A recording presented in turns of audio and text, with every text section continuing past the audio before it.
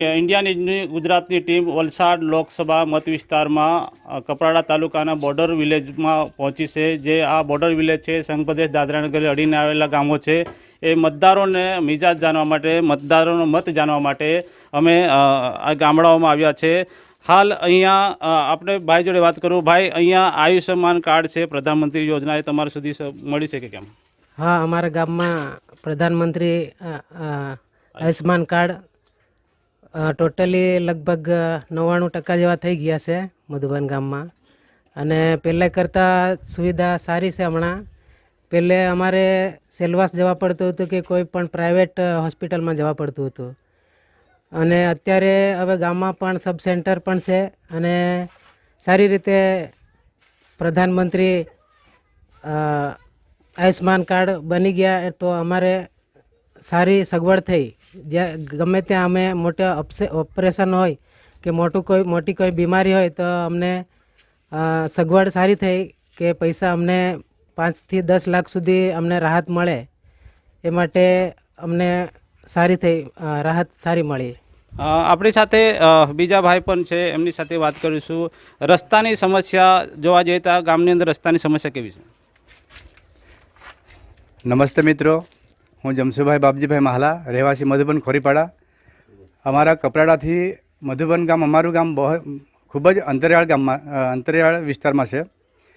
अने बीजू आ डेमना लीधे अमारू गाम एवं है कि छूटू पड़े है, एटले प्लान वगरनो रस्तो अमने मळेलो ने पछी बाकीनी जो हद है नगर हवेलीनी है। तो आ रस्ता माटे अमने आटली मोटी अगवडता पड़े। रस्तो तो है पण आना पर सरकार आटली बधी ध्यान नहीं आपे, केम के वच्चे केन्द्र शासित आवे, पछी जलाशय आवे, एटले प्लान वगरनुं छे।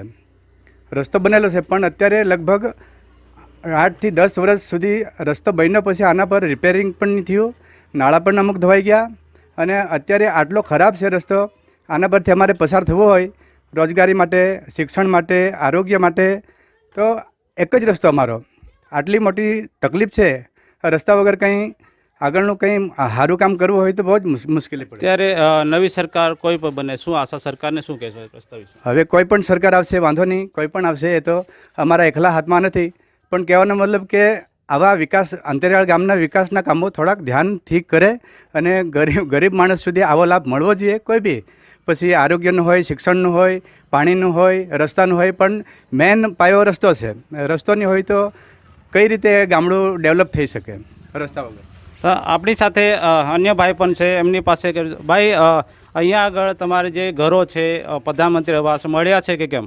हाँ મળ્યા છે, હજુ પણ થોડાક બાકી છે, એ પણ મળી જશે। એટલે એપ્લાય કરેલા છે એટલે મળી જાય ને થોડાક સમય પછી એ બધાને મળી જશે એવી વાત કરેલી છે। હજુ બાકી છે એટલે આશા છે કે મળી જાય બધાને ને બધાના ઘર પાકા થઈ જશે। જે પણ સરકાર આવે તે ध्यान आपे अंतर विस्तार गामडामां के बधाना घर पाका थई जाय। आ हता कि अहींया मोटा भागे घरो पास थया छे, घरो बनी गया छे, पण हजू पण थोड़ा बाकी छे। ए थोड़ा टाइम पछी बनशे, लोकोए अप्लाय करी पण छे। आपणी साथे अन्य भाई छे। भाई, अहींया पानीनी सुविधा केवी छे? अहींया पानीनी सुविधा एवी के जंगल विस्तारनो छे, एटले अमुक जग्या पर पानी, अमुक जग्या पर पानी बी नहीं मळे। बહુ પાણીની તકલીફ છે। અમુક ઘેરે ઘેરે નળ તો ફિટ થયા છે ને? ઘેરે ઘેરે છે પણ તેમાં પાણી નહીં મળે તો કેવી રીતે શું કરવું? નળ તો થઈ ગયા પણ પાણી બી જોઈએ કે નહીં? કઈ પાણી બાની કઈ નહીં મળતા। તો શું આશા રાખો સરકાર તરફ? શું આશા રાખો સરકાર બનશે તો પાણી મળશે કે શું? સરકાર કોઈ બી બની શકે તો એને પાણી આપી શકે એવું આશા છે એમ। આ હતા અહીંના મતદારો। એમને પૂછ્યું કે અત્યારે લોકસભાની ચૂંટણી છે, કેવા ઉમેદવારને પસંદ કરો છો? અત્યારે ઉમેદવાર તો સારા અમારી જે સમસ્યા છે એનું સારી રીતે સમાધાન કરે। જે સમસ્યા છે રોડની છે, પાણીની છે, અને આવા જ કોઈ હોસ્પિટલની કે કોઈ પણ સારી સુવિધા થાય કરે એવો ઉમેદવાર અમને જોઈએ। એ વિશે અમે ઉમેદવાર વિશે સારા કામ કરે એવા ઉમેદવારને લાવીશું। વડીલ, મતદાન કરવા જશો, કયા મુદ્દાઓ ખાસ ધ્યાનમાં રાખીને મતદાન કરશો? હવે અમે કોઈ સામાજિક રીતે વિરોધ તો નહીં કરીએ, પણ કહેવાનો મતલબ કે નેશનલ લેવલે જે એનો કોઈ પાર્ટીનો લીડર નહીં મળે તો અમે બને ત્યાં સુધી જે હાલમાં જે સરકાર ચાલે છે અને એ સરકાર મારફતે અમને નાનું મોટું કંઈ કામ મળ્યું છે, પ્લસ આવા અંતરિયાળ ગામમાં વિકાસ પણ થયો છે, તો બને ત્યાં સુધી જો એવી સરકાર બને અને એવો સંસદ ચૂંટાઈને પાર્લામેન્ટમાં જાય તો અમને પૂરેપૂરી આશા છે સરકાર પર કે અમારા આવા અંદર વિસ્તારના ગામડામાં કંઈ નાનો મોટો વિકાસ થઈ શકશે. હજુ પણ કામો થયા છે ઘણા, પણ હજુ પણ નવી સરકાર બને, કયા એવા કામો તમે આશા લઈને બેઠા છે આ ગામની અંદર કામો થવા જોઈએ? અમારા એક તો રસ્તો જે ખરાબ છે,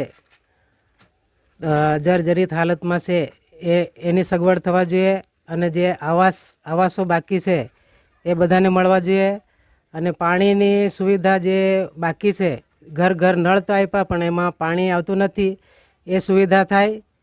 અને બીજું કે શિક્ષણ માટે સારા શિક્ષકો અને શિક્ષણ માટે સારી સ્કૂલ એવી સુવિધા કરે એવી સરકાર આવે તો સારું, અને એ રીતે અમે આશા રાખીએ છીએ.